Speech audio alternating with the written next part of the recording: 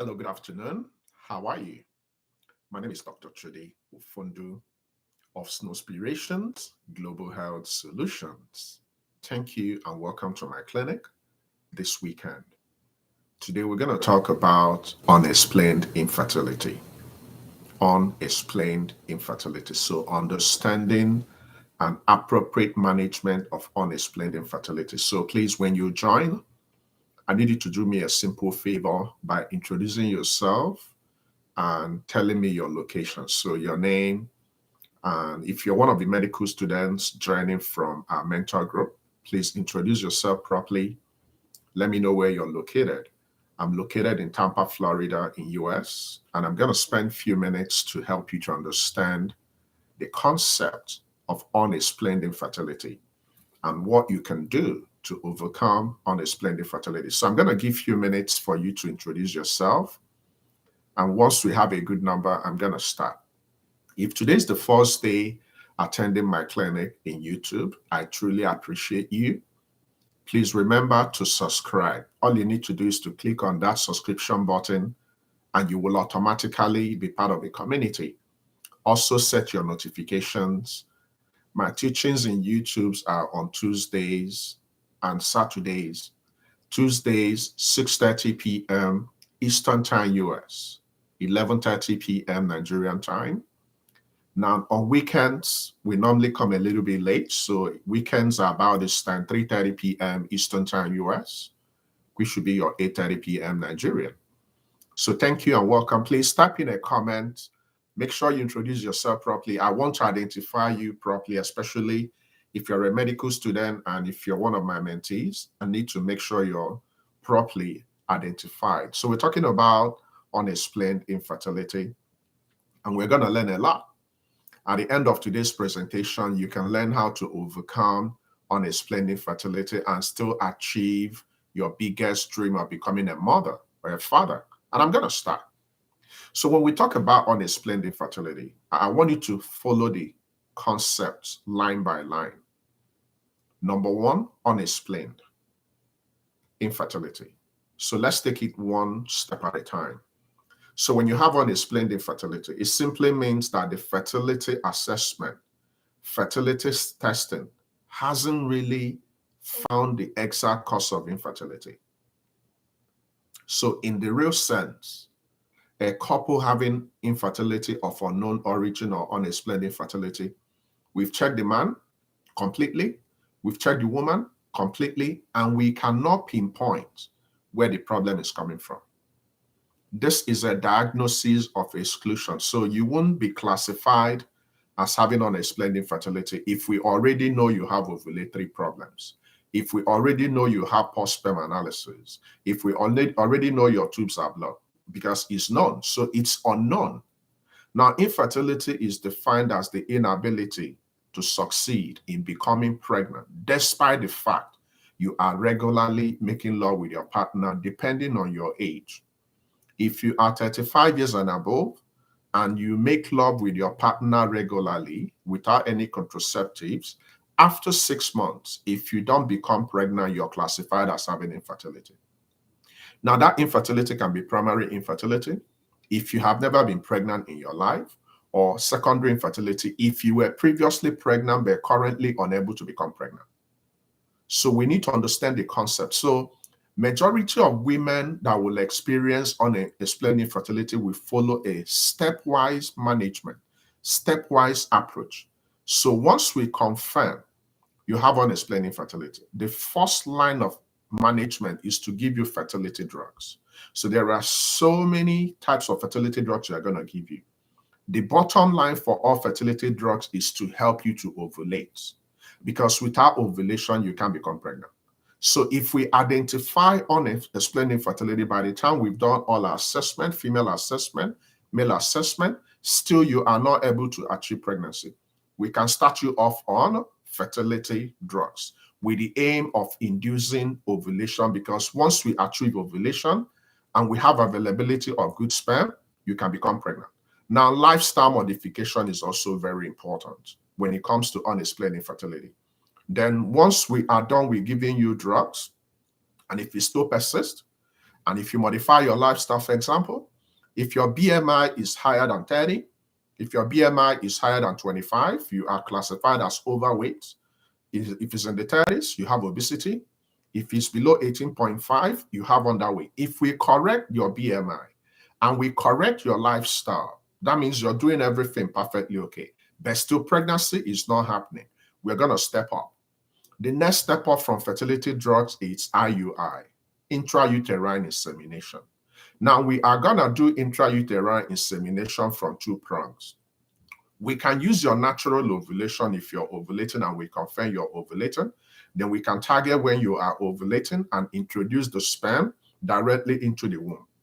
This is IUI using your own natural ovulation. If for some reasons we suspect that you might probably not be ovulating as we want, we can induce ovulation in you, then we introduce the sperm. Now, the top echelon in managing unexplained infertility, the final bus stop is IVF. So if fertility drugs failed, if lifestyle modification failed, if IUI failed, then we're going to graduate to what? In vitro fertilization. So like I mentioned, in unexplained infertility, we would normally describe it as infertility that will not give us any definitive cause. So there are specific criteria we must meet before we can say that a woman is having unexplained infertility. And I'm going to take time to explain each of the criteria. I'm going to be very particular about the criteria because those are the criteria that will include you into unexplained infertility or exclude you. So it's our inclusion and exclusion criteria. Number one, when we come to your womb, we will check your womb extensively and we will not find any womb abnormalities. No problems with the womb structurally, no problems with the womb naturally from micro level to macro level. No fibroids, no polyps, no adhesions. Your womb is completely perfect. That's number one criteria. Number two, we have confirmed that you are ovulating. So we would have checked for non-specific signs, which is increase in cervical egg white mucus, mid-cycle pain, breast tenderness, and all that. Then we would have checked at 21 progesterone, would have probably gone through intrafollicular counting, and would have confirmed you are ovulating.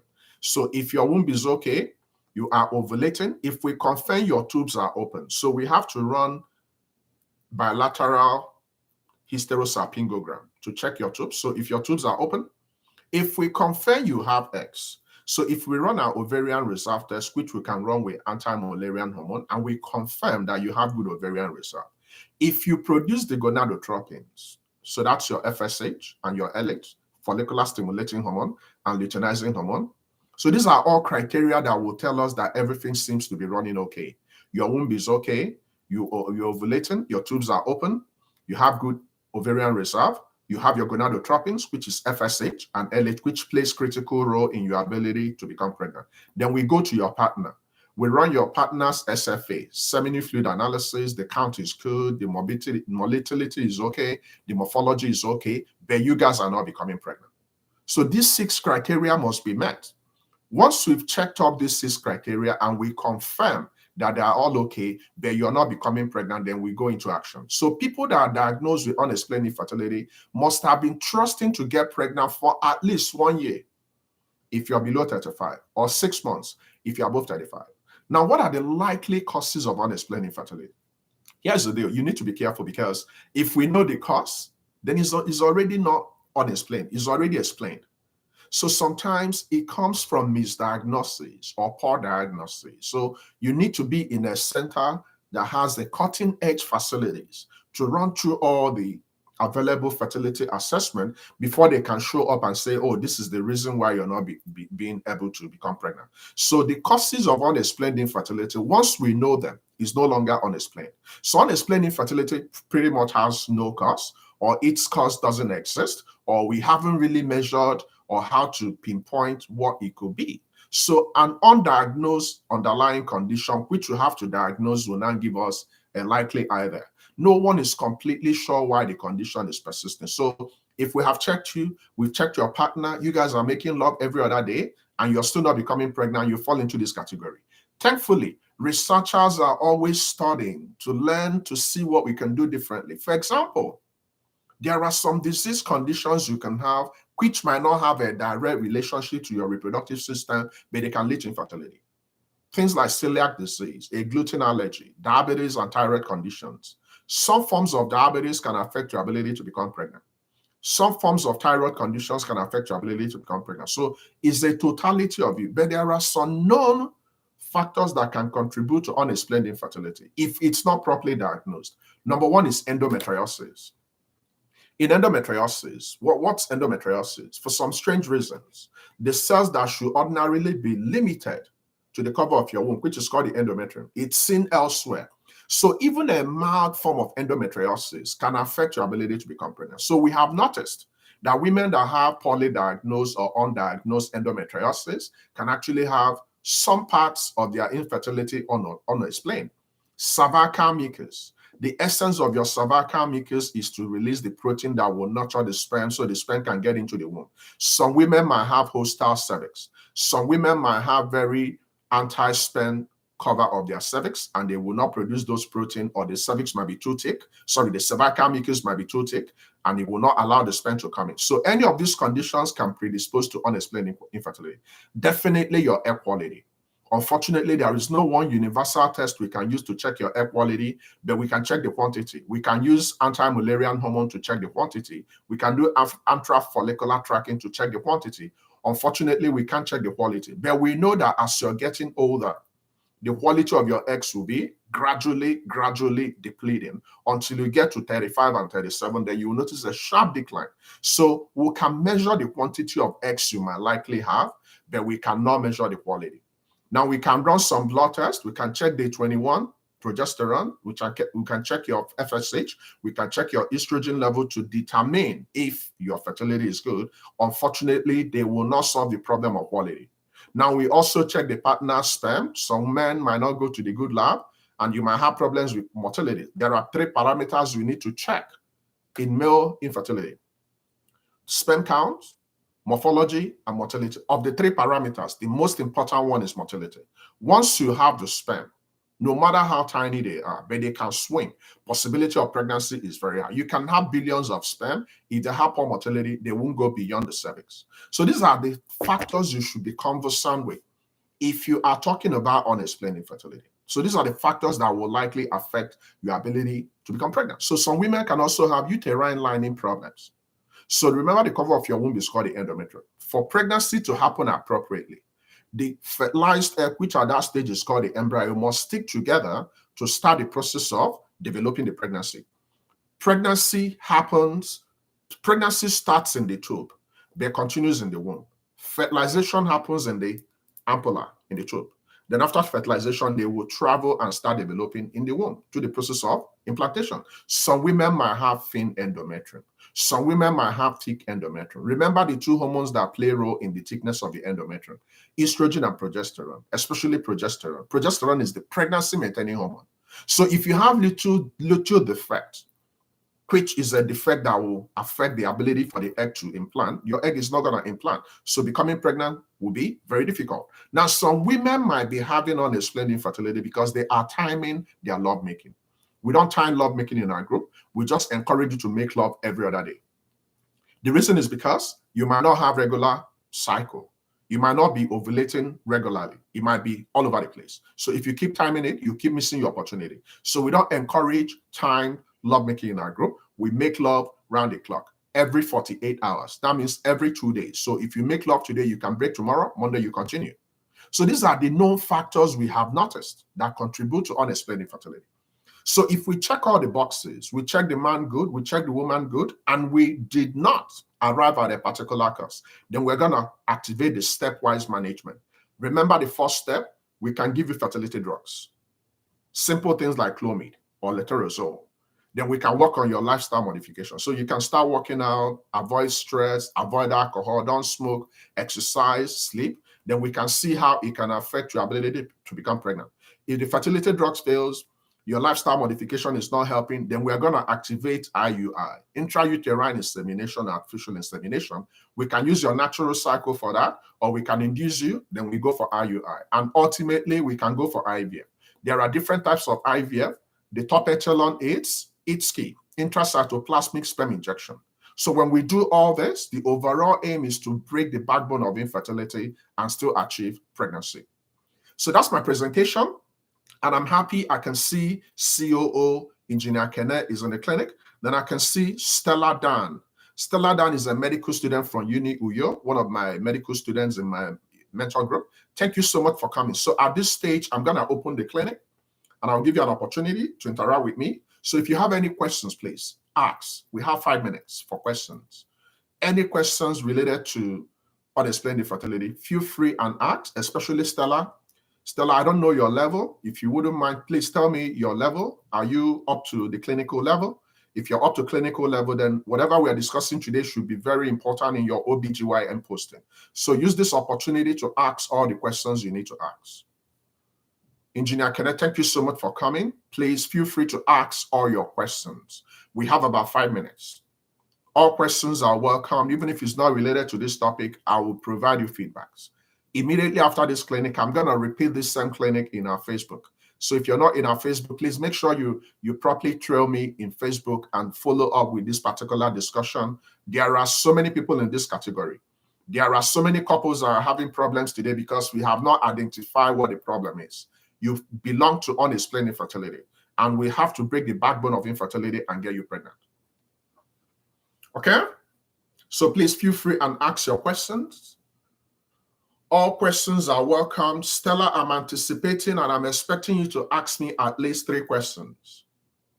COO, please, I know you always have some tough academic questions, clinically correlated. So please, I need those questions right now. Start asking your questions.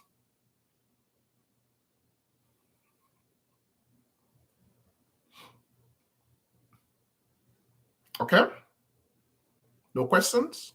Oh, Stella, you're in 600 levels, so you're in final year. So you've already done your OBGYN posting, so I'm anticipating you will have a couple of questions. So feel free and ask your questions. You should actually be able to discuss this particular topic perfectly if you're in 600 level. Okay, COO, let's go. For how long should a couple with unexplained infertility try before treatment? So here's the deal. It's always going to be 35. So I want us to focus on some numbers. I want us to remember 35, age 35 for the woman. Then I want us to remember 12 months. Then I want us to remember 6 months. Then I want us to remember 40. So 35 means when you achieve age 35, you have graduated into advanced in maternal age. It means the quality and the quantity of your eggs are depreciating. Your fertility is reducing. So you need to step up your game. If you have been practicing lovemaking regularly with your partner and you're doing everything diligently, 6 months, if you're 35 years and above, so assuming you're 38, once you've passed that 6 months of regular lovemaking without contraceptives and pregnancy didn't happen, escalate immediately. When you escalate, then we can begin our fertility assessment. Now, if you are below 35, assuming you're 30, 12 months. 12 months is the cutoff point. Now, if you're 40, immediately. If you're tending towards 50, almost like acute emergency, because the older you are, the more difficult it becomes. Now, if you already have a prior diagnosis of fertility problem, for example, if you have severe endometriosis and you're 25, we're not going to waste time. We're going to immediately activate a cascade of managing you professionally. So it depends on your own unique setup. What exactly is trying? COO, thank you for that question. Now, we don't like the concept of trying. Trying is very passive. Let me give you an example of trying.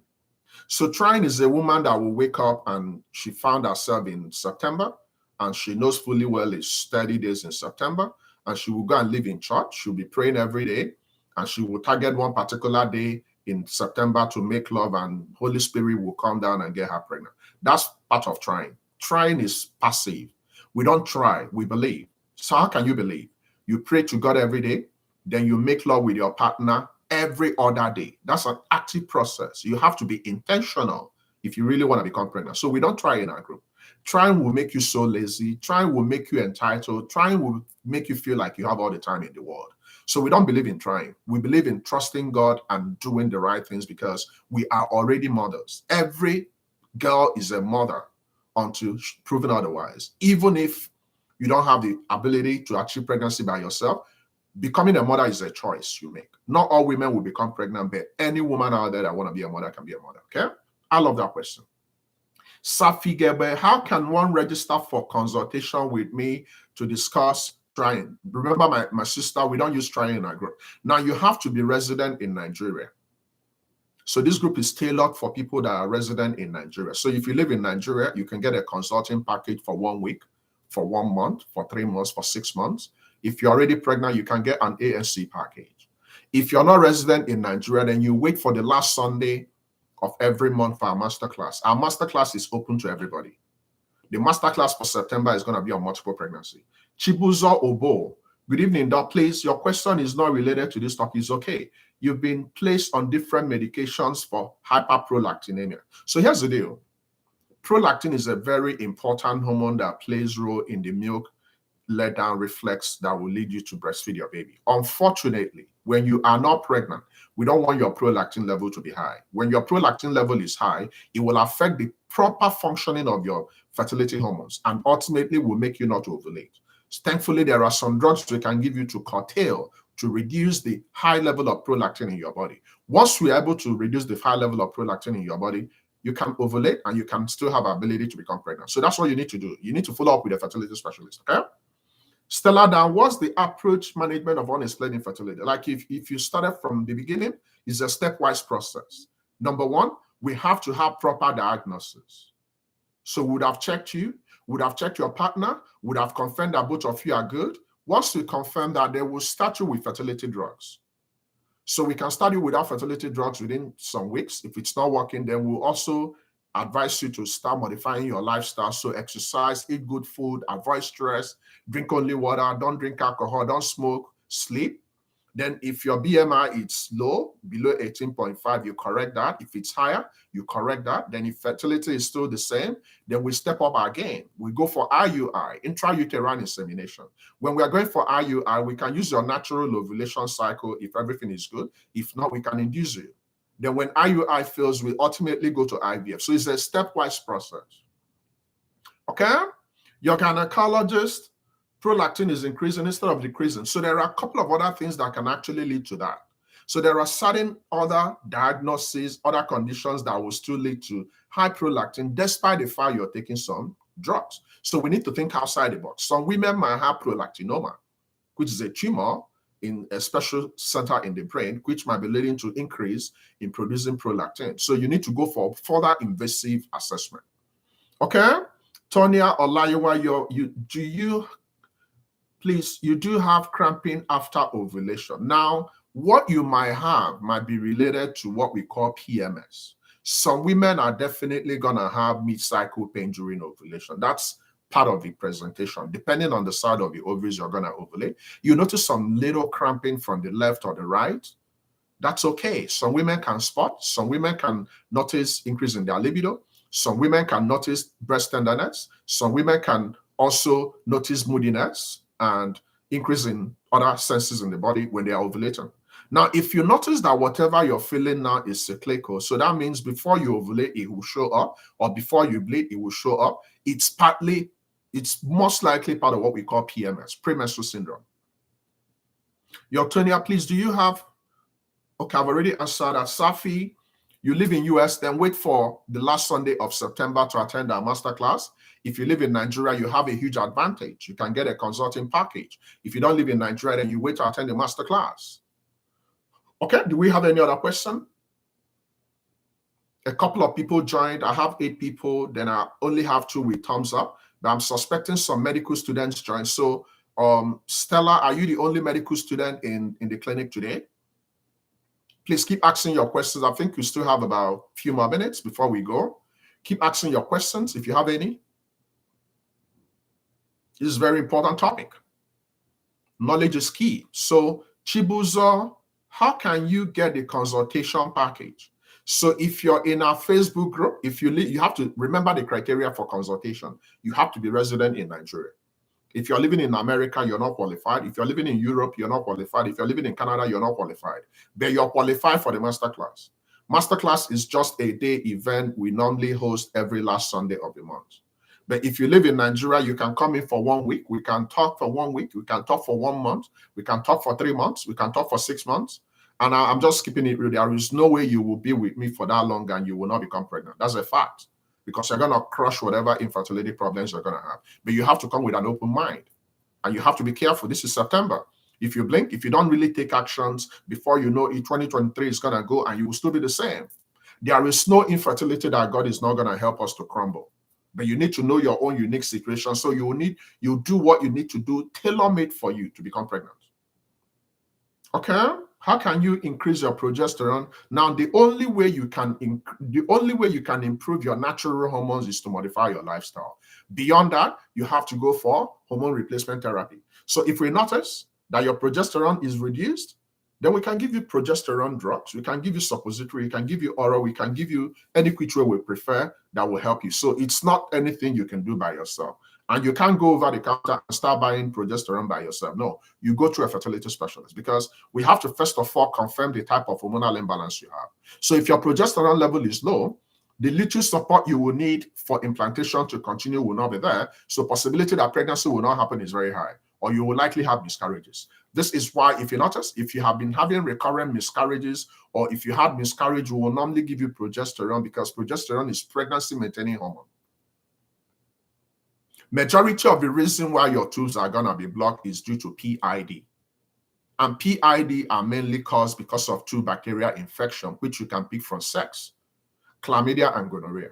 Now, any other condition that damages your tube can also lead to blockage of your tubes. Unfortunately, if you have severe blockage of your two tubes, the only option left for you to become pregnant is IVF. Okay? If you live in Nigeria, then follow COO. Once we transition to Facebook, COO is going to share the links. Then you can subscribe. Follow through. You don't have much time. So some people will show up, Doc, I want to do this, I want to do that. Then you go back to your normal ways. If you go back to your normal ways before you blink, you've lost a lot of time. Okay? All right. Do we have any other further questions? If you have more questions, please feel free to ask. This is a very important topic. Copy this particular video teaching and please share it with all your friends, your sisters, your colleagues, anyone going through unexplained infertility. This particular video will help them a lot. Okay, COO, if we don't have any other question, I'm going to wait for your signal. Once you give me a signal, we transition to Facebook. But thank you so much for coming, especially Stella Dan from Uni Uyo. Thank you for coming. It's really good to know you're the only exception. You're the only student that attended from the medical group we are trying to mentor. I appreciate you coming. Do we have any other question? Anyone?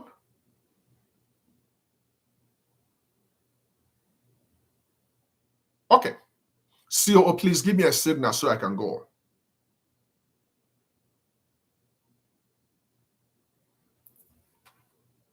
Okay, great job, guys. Thank you for coming. My next clinic will be on Tuesday, 11:30 p.m. Nigerian time, 6:30 p.m. Eastern time, US. So we're going to find another topic, and we're going to continue the conversation. If you're in Facebook, please hop into Facebook, and we continue there. Until I see you guys, God bless you. If you are not ovulating, you cannot get pregnant. Quincy Chacha. Without ovulation, no pregnancy. As simple as that. Okay? Thank you for coming. Have a good evening and bye-bye for now.